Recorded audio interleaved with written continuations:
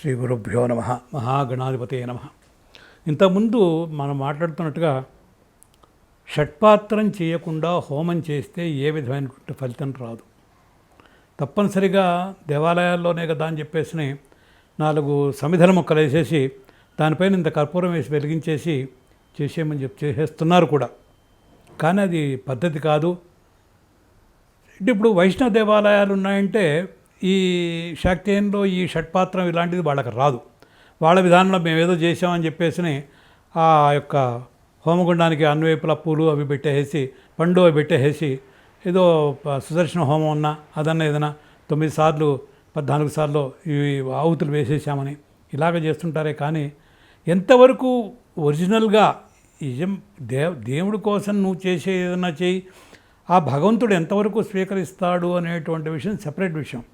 ఒక భక్తుడిని కూర్చోబెట్టి వాళ్ళ గోత్రనామాలు చెప్పి వాళ్ళని ఇది కోసం క్షేమం కోసం చేసేటప్పుడు కేవలం తాత్కాలికమైనటువంటి పద్ధతుల్లో చేయటం అనేది దేశానికి మంచిది కాదు, వాళ్ళకి మంచిది కాదు. అందుకనే ఎక్కువ ఫలితాలు మేము ఆ హోమం చేయించామండి ఏం ఫలితం ఇవ్వలేదండి అంటే కారణాలన్నీ కలియుగంలో ఇవే కానీ ఇంకా వేరే ఏం కాదు. కాబట్టి షట్పాత్రం చేసే విధానం ప్రకారం పూర్ణాహుతి ద్రవ్యాలకి చక్కగా పూజ చేయాలి. వాటికి నువ్వు ఏ దేవతనైతే ఆవాహన చేశావో ఆ పూర్ణమైనటువంటి ఆహుతి ఇస్తున్నావు. కాబట్టి దాంట్లో కొంతవరకు లిమిట్ ఒక సుగంధ ద్రవ్యాలు వీటన్నిటితో అమ్మవారికి అయితే చీర జాకెట్టు శక్తి లేని వాళ్ళు మంచి జాకెట్ బట్టి పెట్టినా కూడా వాటన్నిటికీ మళ్ళీ పునః పూజ చేసి అప్పుడు పూర్ణాహుతి ద్రవ్యాధిష్టాన దేవతామంటూ పూజ చేసి ఆ పూర్ణాహుతిని ఆ హోమగుండంలో సమర్పించాలి. కానీ ఇవాళ రేపు కొన్నిట్లు చోట్ల చూస్తుంటే చీరని ఇట్లా ఉండగా చుట్టేసి మన యొక్క కాటన్ దూది యొక్క ఇది మాదిరి చుట్టేసి దాంట్లో మధ్యలో వేలు పెట్టుకుని ఇటు కిందకి దత్తునిపై ఎక్కి పట్టుకుని దాని ఇటు కిందకి చీరంచ ఆ హోమగుండంలోకి జారవేస్తున్న తగలేయటానికి అన్నట్టుగా. అంతేగాని పూర్ణాహుతి అది ఎంత అపభ్రంశం, ఎంత నీచమైనటువంటి పనో వీళ్ళకి. దానివల్ల ఎవరికైనా కూడా ఇంటికి వచ్చిన వాళ్ళకి బొట్టు పెట్టి ఇచ్చేటప్పుడు కూడా జాకెట్ బట్ట లోపల పెట్టి చీర ఇవ్వాలి. అది పద్ధతి. చాలామంది నేను చెప్తూనే ఉంటాను, నా గురువు దగ్గర చెప్పింది.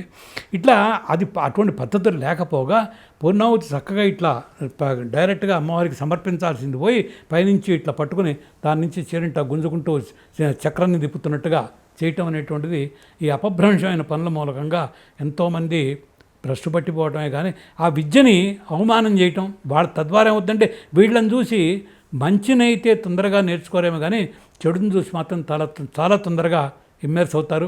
చాలా తొందరగా దాని మీద మనుషులు అక్కడ చేయలేదా మేం చేస్తే తప్పేంటన్న విధానంలో చేస్తుంటారే. కానీ ఎంతసేపటికి తన యొక్క భావాలకు అనుగుణంగా ఉన్నట్టుగా ఉన్నదే మంచి అనిపిస్తుందే కానీ మిగతాది ఎప్పుడు కూడా చెడుని ఒప్పుకోవడానికి చెడునిగా ఒప్పుకోవడానికి ఎవరికి మనసు తప్పదు.